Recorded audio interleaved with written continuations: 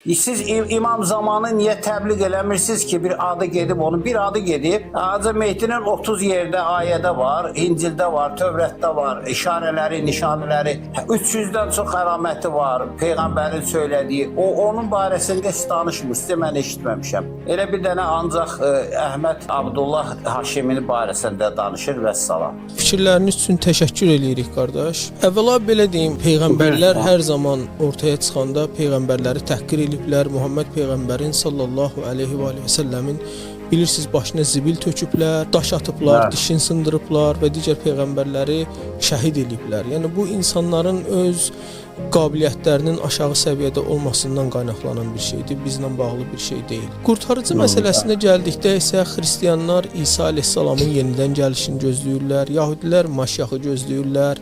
Yəni hər bir din bir qurtarıcı gözləyir. Müsəlmanlar da iki qrup belə deyə, əsas müsəlmanlar Sünni və Şiə qoluna ayrılır. Əsasən Şiələr Mehdinin doğulduğunu və sonradan qeybə çəkildiyini deyirlər və onun qeybdən aşkar olmasını, zuhur eləməyini gözləyirlər və Şiələrə görə bu 12-ci imamdır.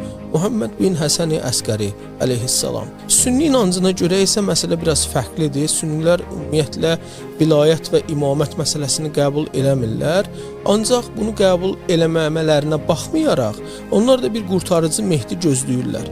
Lakin Şiələrdən fərqli olaraq Sünnilər Mehdinin axirə zamanda doğulacağına inanırlar. Lakin yenə də imamət məsələsi, vilayət məsələsində fərqli yanaşırlar.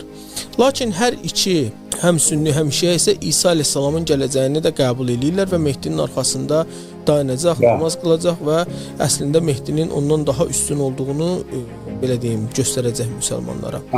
Bu ümumi baxışlardır. İndi bizim məsələmizə gəldikdə, bizim belə deyək, nə İmam Əhməd Əl-Həsən əleyhissalam, nə Əbu Sadiq Abdullah Haşim əleyhissalama 12-ci imam demirik.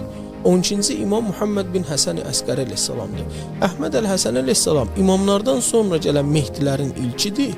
Həmçinin 12-ci imamın, yəni Muhammed bin Həsən Əskəri əleyhissalamın vəsisidir. O cümlədən ikinci Mehdi Əbu Sadiq Abdullah Haşim əleyhissalam da 12-ci imamın vəsisidir. Həmçinin də hədislərdə keçən Ali Muhammedin qaimidir.